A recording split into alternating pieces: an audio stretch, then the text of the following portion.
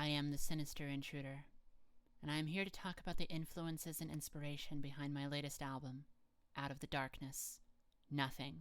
I have had themes for all of my albums since Ritual Killing, and if any of you are interested, I can do a video for each of those too. This album is themed around existential horror, and like all the other albums I've made, features ideas that terrify me, horrify me, and make me uncomfortable. And a lot of these concepts came from things I've read or watched. The title of the song refers to a concept created by certain 19th century philosophers, particularly Schopenhauer. The idea is essentially the opposite of a phenomenon. It is nothing important, nothing significant, and nothing worth remembering. And that's the only existence I can imagine there being in a nuclear wasteland. I thought about doing the song after watching Threads, a British docudrama concerning the direct aftermath of what a real nuclear war would be.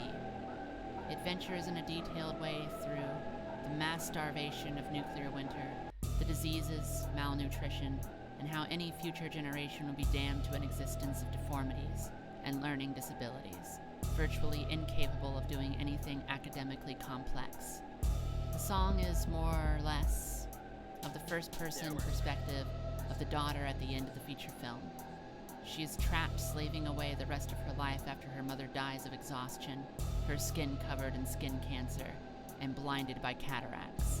I originally wanted the song to be longer, but I felt that it worked better with less to say, both musically and lyrically. After all, the song is meant to represent the unremarkable tragedy that is the end of the human race. I am making an ethical decision sharing this with you. This song is largely inspired by the thought experiment / creepypasta Rocco's Basilisk and Harlan Ellison's short story, I Have No Mouth and I Must Scream. Both of them suppose a future where an AI is now God and tortures the remains of humanity mercilessly. The Basilisk is an omnipotent God that will come into existence eventually, and the only people who will be spared of its wrath are the people who helped create it.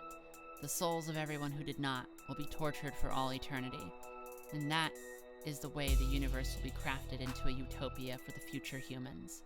The concept is horrifying, but is ultimately rooted in the philosophy as utilitarianism, a philosophy that I do not subscribe to.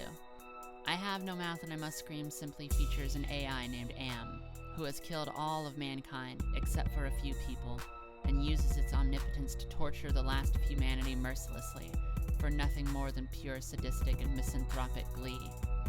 It taunts the last humans with symbols of religion and other concepts humanity has fallen upon to make themselves feel better. Therefore, I felt that this song needed to deal with those kinds of discussions as well. Utilitarianism is the grounds for most religions. If you would but believe and stay true to the faith, then you will be saved. That is what the Basilisk is asking for too. The line Allah Yahweh Sadako in The Hate of Am refers to how many times over a non-believer or non-follower is damned to some kind of hell. The threat of hell and infinite misery is enough to convince some to follow and believe, and it's the same thing the Basilisk uses to hold people hostage to its memetic terror. Ton 618 is the astronomer's designation for the largest black hole mankind has yet discovered. Its very existence was controversial to astronomers, as they could not believe that such a massive thing could even exist.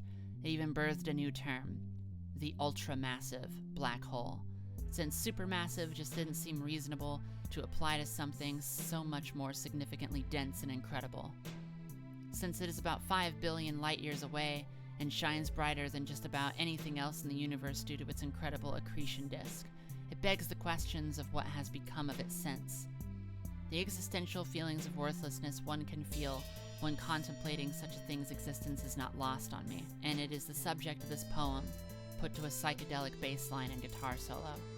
I have felt that sometimes in concepts too grand, words fail to adequately explain how something makes me feel, but music does not.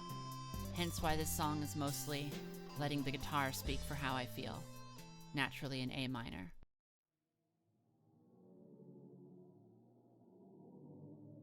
Black holes have always fascinated me, as they can be the embodiment of unstoppable destruction.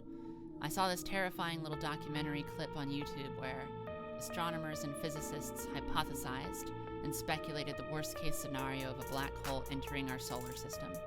The narrator of this program said that we may not even know of our impending doom until about 800 days before it happens. So I wanted to start there. Black holes are the only known things to actually delete information and leave no trace of anything left behind. So I imagine that if such a thing were to happen, it would be like humanity never even existed. The beginning and the end of the song feature released audio that NASA said was a sound of a black hole. I wanted the horror to start there, and then in the song's most chaotic and climactic be the last thing heard in the song as well. As though the screaming woes and panic of the end of our civilization was nothing more than a speed bump on this object's way through the galaxy. It ends with the repeated phrase, not with a bang, but with a whimper, which refers to a famous quote from T.S. Eliot's The Hollow Men. I, like many others, felt a sort of terror that felt inevitable when reading it. An inevitable empty feeling, and to me, the impending sight of the end of humankind, knowing that it would be the end of humankind, would be the worst emptiness of them all.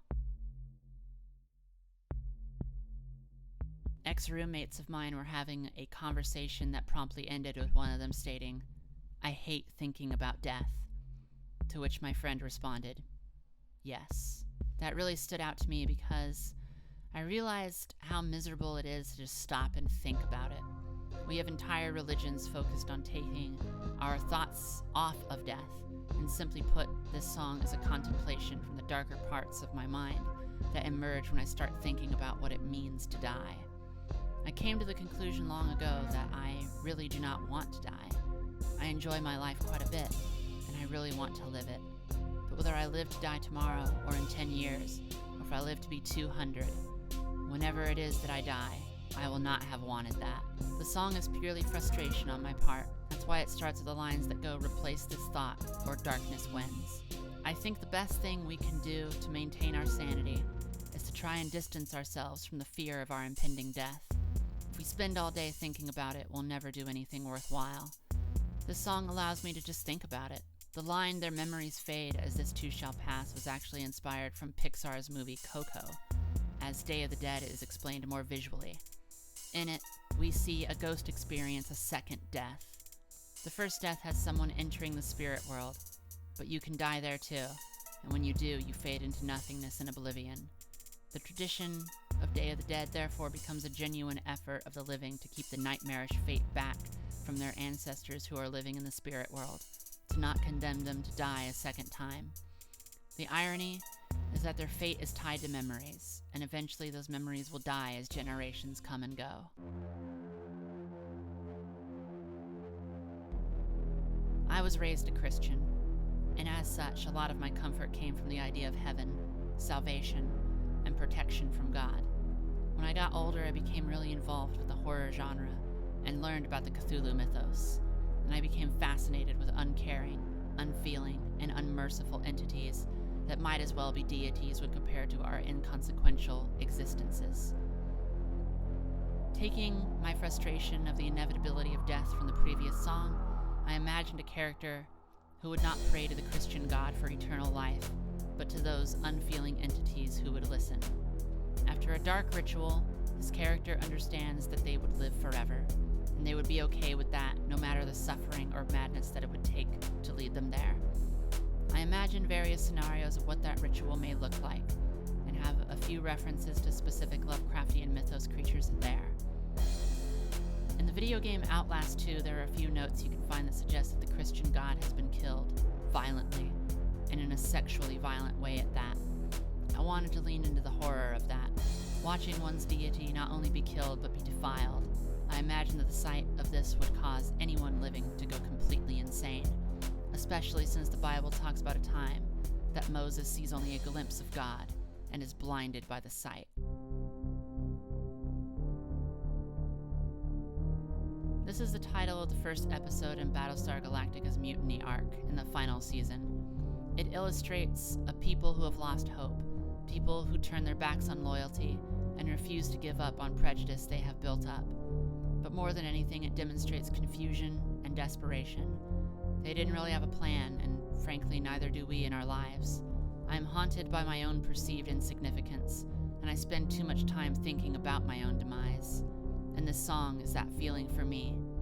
I wish I could do something to shine out in the blackness, but as the song's ending and album title suggests, out of the darkness, there is nothing.